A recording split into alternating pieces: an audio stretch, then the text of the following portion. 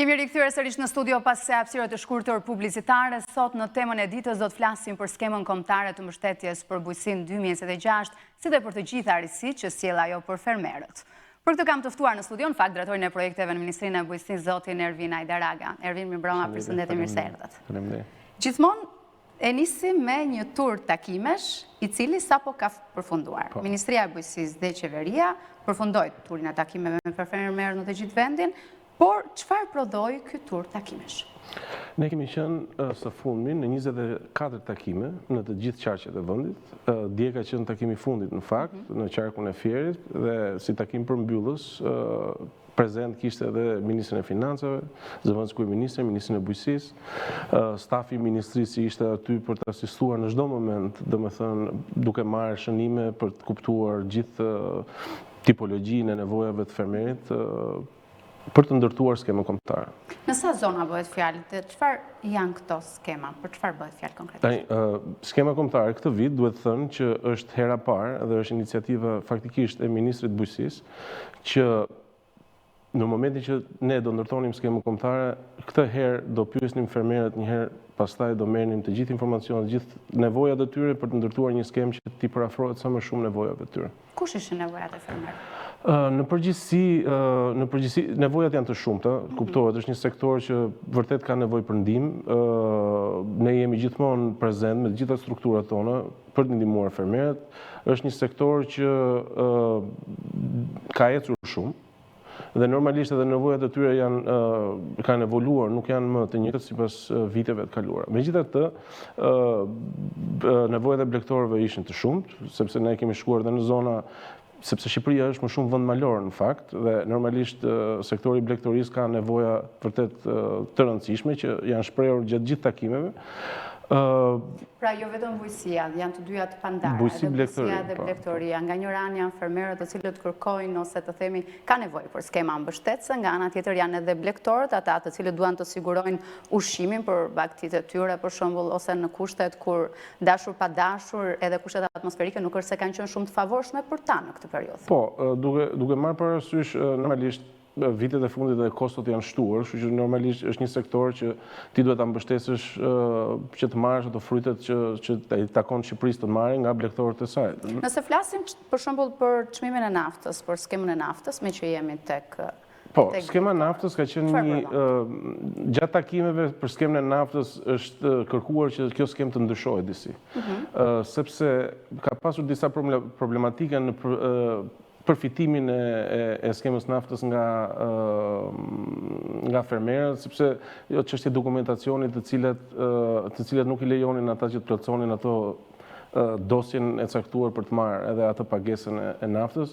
Normalisht nga kërkesat e tyre dhe neve do ulemi dhe skemën e naftës duhet ta ribëjmë në një skemë tjetër që do jetë edhe më e nevojshme për shkak sepse ne parafrojmë gjithë legjislacionin e Bashkimit Evropian. Po pra, a janë të informuar këta fermerë për cilët po flasim, për cilët thatë që kishte vështirësinë në plotësimin apo përfilimin e këtyre të dhënave, a janë ata të informuar me atë se si duhet të parafrohen me legjislacionin e Bashkimit Evropian? Po, këta fermerë, shumica e fermerëve që ne kemi hasur gjatë takimeve kanë qenë fermerë që kanë përfituar nga skemat. Kështu që i bie ne do vendosim një mas të re skeme, sepse normalisht gjithmonë duhet t'i ndihmojmë me nevoja të tjera në krahasim me vitet pasardhëse, dhe me fermerët kemi një marrëdhënie që ata jemi shumë të lidhur për shkak edhe të drejtorive tona rajonale të ekstensionit bujqësor, agronome që janë gjithmonë në terren, sepse fermerët për të plotësuar këtë lloj dosje dhe për të përfituar nga këtë lloj masësh gjithmonë janë në kontakt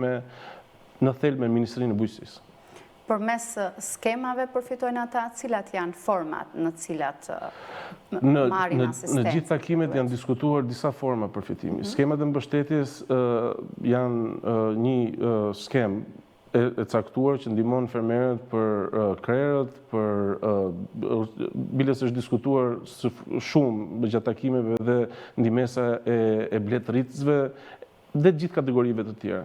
Në rastin e takime kemi diskutuar edhe për përfitimin e 10% të faturës të shitjes. Ajo është një skem që këtë vit do jetë shumë lehtësuese për fermerët, sepse... Si përkthehet për ata që janë duke na dëgjuar? E kemi thjeshtuar shumë, është thjeshtuar shumë, do të thotë që çdo fermer i cili, apo blegtor, i cili ka një sasi të caktuar që do e tregtoj, do e çojnë në pikat e grumbullimit, dhe pikat e grumbullimit do i japin një autofaturë fermerit që fermeri çdo 3 muaj do e dorëzoj tek tatime dhe do marri 10% të vlerës së shitur dhe marri mbrapsht. A kishte ndikim kjo çështja e regjistrimit në NIPT?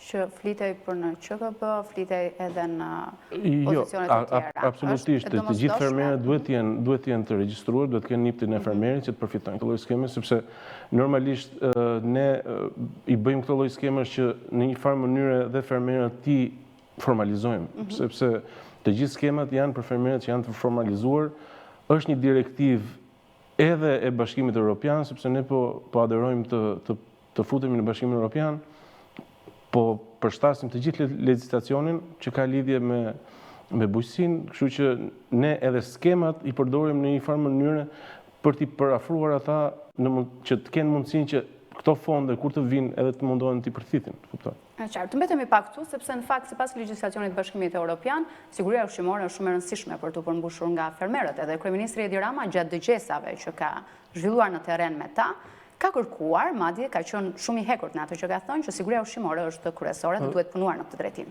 Dhe me shumë të drejtë. Me shumë të drejtë, ne duhet bëjmë përpjekjet tona që për sigurinë ushqimore duhet bëjmë maksimumin, sepse bëhet fjalë për në fillimisht ushqimin tonë.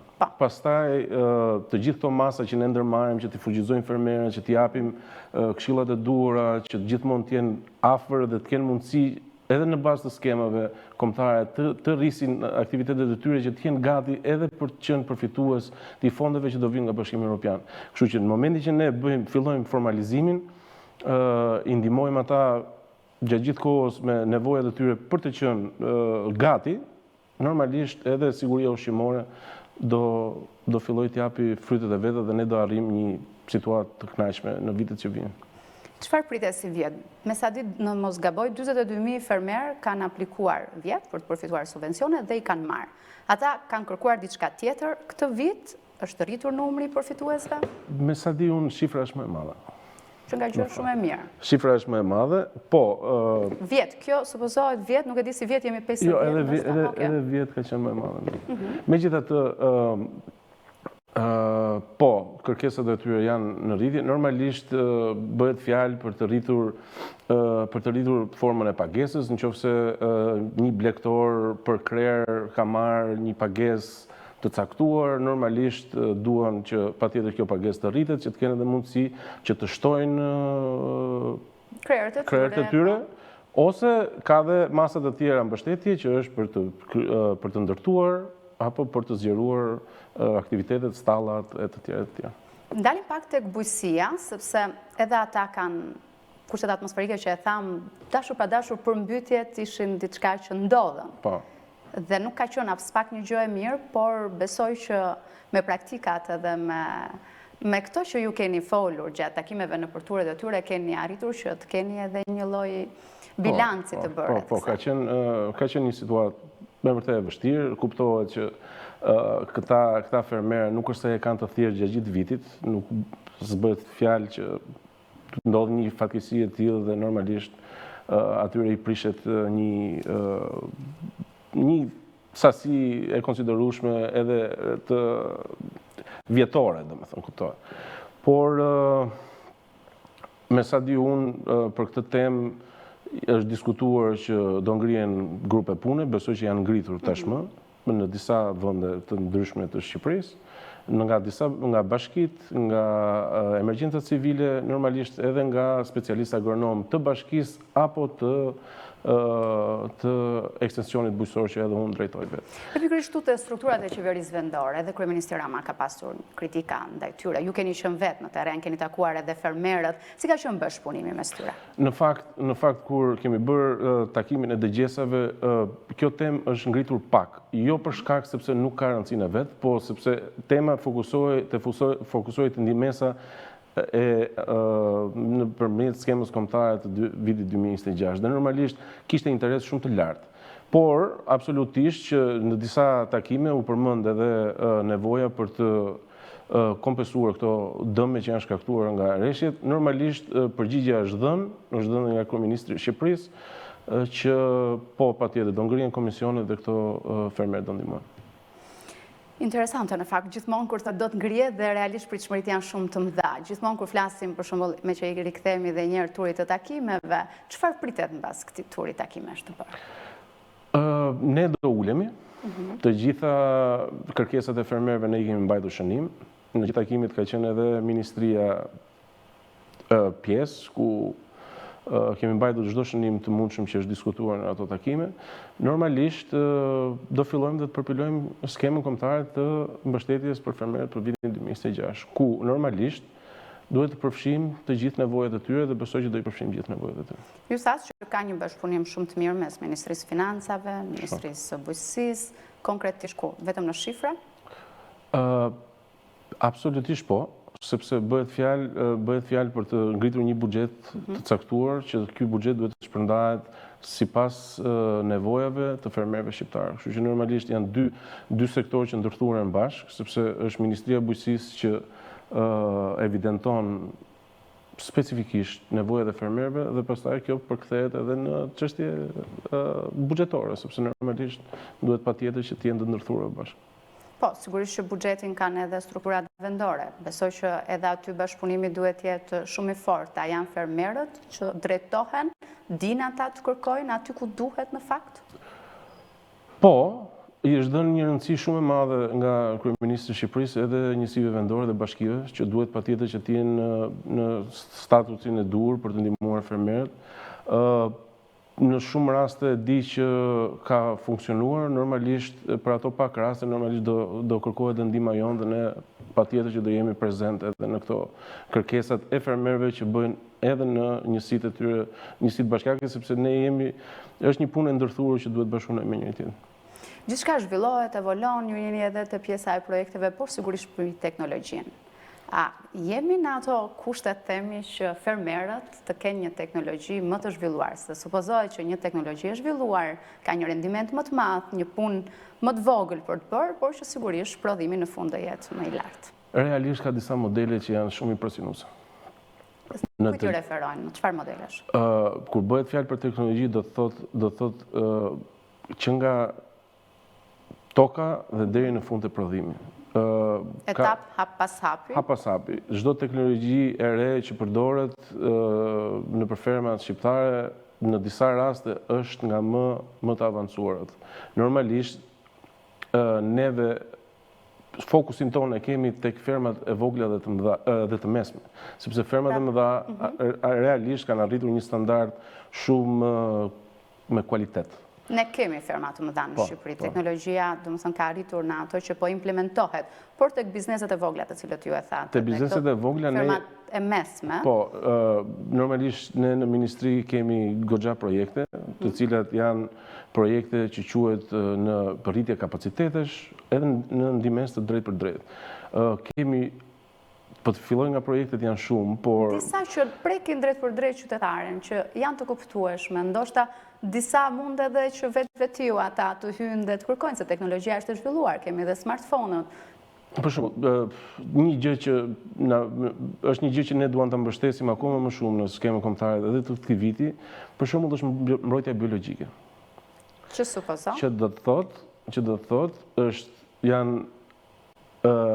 janë insekte që luftojnë me njëra tjetrën pa nevojën të përdorësh pesticide, që është një metodë e aplikuar në vende të avancuara dhe normalisht ata me këtë metodë kanë nxjerrë produkte shumë të mira që janë kollajqe të shituara në treg, sepse kanë një cilësi të jashtëzakonshme. Por një temë shumë sensitive në fakt, përdorimi i pesticideve vijon të jetë problematik në gjithë botën, por sigurisht edhe në vendin tonë të vogël. Po, ka disa raste, por eviton e shman kjo që në momentin që ne ja shpjegojmë fermerit, ka disa fermerë që e përthithin këtë informacion dhe normalisht fillojnë të aplikojnë mbrojtjen biologjike. Normalisht është e vështirë që një fermer që është marrë goxha vite me një lloj kulture me mënyra tradicionale, që ta bësh të ndryshoj është e vështirë, është si gjithë aktivitetet e tjera.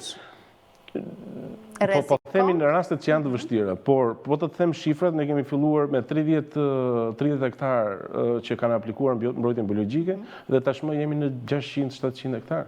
Kështu që është një metodë që po përthithet edhe po përthithet sepse është një metodë që të krijon një treg shumë të sigurt. Në momentin që ti përdor mbrojtjen biologjike, normalisht që produkti jote shumë i mirë dhe është goxha i kërkuar. Kështu që a ka zona që janë pak më të zhvilluara, për shembull, nëse bëjmë një lloj ndarje administrative nga takimet 24, nuk zgaboj? Ne po i ndam i bie që të fokusin ta kemi në një zonë. Zonat janë të ndara, po ka zona që janë me vërtet të zhvilluara në bujqësi. Po. Si për shembull, me që? Po, rajoni i Fierit, Divjaka, Lushnja, normalisht ka një bujqësi shumë të zhvilluar, por gjithë zona është me produkte të caktuara, me produkte shumë të mira, kështu që nuk i veçojmë do. Për shembull, Veriu ka bimët medicinale. Po, edhe aty një fokus që vitet e fundit është në rritje. Po, dhe mënyra, kemi dëgjuar disa raste të përpunimit të bimës medicinale që janë me vërtet me teknologji shumë të avancuar. Ja një rast tjetër për shembull.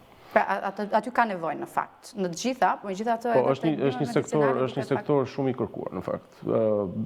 Po të fillojmë të gjitha normalisht ne dalim si shtet që kemi një bujqësi jashtëzakonisht shumë të mirë, nuk kemi keq. Domethënë ideja është që sektorin e ullirit, vreshtarin, po në cilin sektor kemi më shumë nevojë për ndërhyrje pra? Sektor që kemi nevojë për ndërhyrje është vërtet blegtoria. Blegtoria. Është një sektor që ka, domethënë, po të marrim ecurin, ka një rënje të vogël, por kemi vënë re nga vitet e kaluara, por kemi vënë re që 2 vitet e fundit ajo rënje ka një stabilitet, kështu që çdo gjë që ne i mundohemi ti shtojmë dhe ti përkrajmë në këtë moment, besoj që do ketë një rritje. Pra, jemi me lajme të mira, themi. Ne mundohemi të jemi pozitiv, sipërmarrja në bujqësi është e vështirë, nuk është aq e thjeshtë, por ka raste shumë të suksesshme, kemi produkte shumë të mira në treg, pavarësisht disa rasteve që kuptohet, ndodh një rast sporadik me një sasi të vogël dhe atë sasi të vogël pastaj krijohet përshtypje që gjithë sasia është e njëjtë, por nuk është ai rast, nuk jemi në atë fazë. Të shpresojmë që skema kombëtare e bujqësisë 2026 të japi frutet e veta? Shpresojmë me vërtet.